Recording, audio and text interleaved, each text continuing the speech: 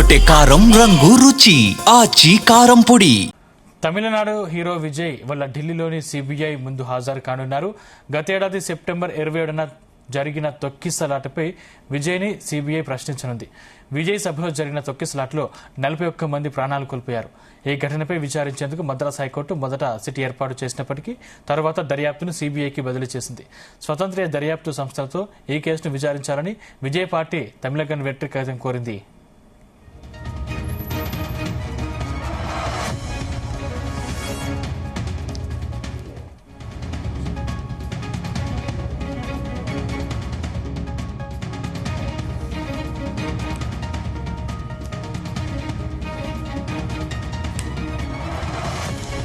Tamil Nadu hero Vijay ని ఇవాళ ఢిల్లీలోని సిబిఐ ముందు హాజరు కానున్నారు. గతేడాది సెప్టెంబర్ 27న జరిగిన తొక్కిసలాటపై విజయ్ ని సిబిఐ ప్రశ్నించనుంది.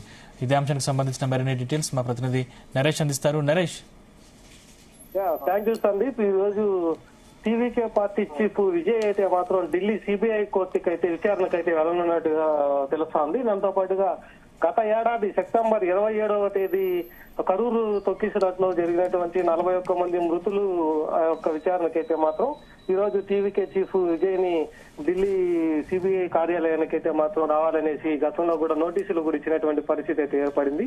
దీంతో ఈ రోజు తమిళనాడు నుంచి కూడా ఢిల్లీకి వెళ్లేటువంటి పరిస్థితి అయితే ఉంది. ఇక ఒక నోటీసుకి సంబంధించి అయితే మాత్రం ఇప్పటి వరకే టీవీకే పార్టీకి సంబంధించినటువంటి పార్టీ అయితే మాత్రం సిట్టికి ఇచ్చినటువంటి తర్వాత వీళ్ళు స్వయంగా కూడా ఒక విచారణ కూడా చేపించాలనేసి అయితే మాత్రం దీనికి సుప్రీంకోర్టును అయితే ఆశ్రయించారు. దాని యొక్క కోర్టును కూడా కొట్టేసిన తర్వాత ఈ యొక్క విచారణ అయితే సిబిఐకి అయితే అప్పగించారు. ఇక సిబిఐకి సంబంధించి అయితే ఈ యొక్క విషయం పైన అయితే సిబిఐ ప్రధాన కార్యాలయానికి అయితే రమ్మని చెప్పి అయితే మాత్రం విజయ్కి అయితే నోటీసులు కూడా జారీ చేసింది. ఈ రోజు ఒక విచారణకు సంబంధించి విజయ్ ని ఢిల్లీకి అయితే పిలిపించే విధంగా కూడా తెలుస్తోంది. ఇక ఈ యొక్క విచారణకైతే మాత్రం సెప్టెంబర్ 27వ తేదీ జరిగిన కరూరు తొక్కిసలాటకి సంబంధించి 41 మంది చనిపోయినటువంటి వాటిపైన వివరాలు అయితే తెలుసున్నాయి. ఇక ఒక 41 మంది మృతులకి అలాగే ఆ ఒక మీటింగ్ సంబంధించినటువంటి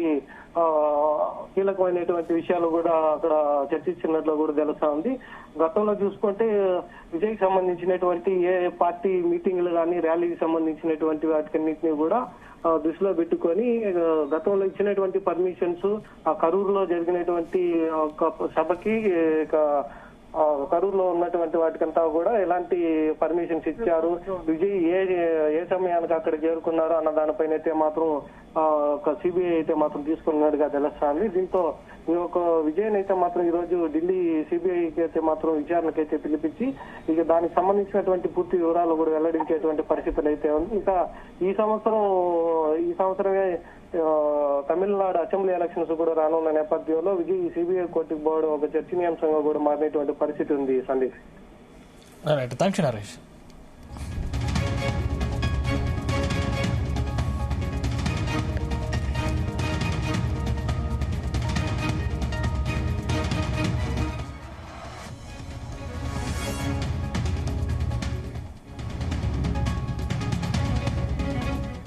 గుమగుమల వంటలే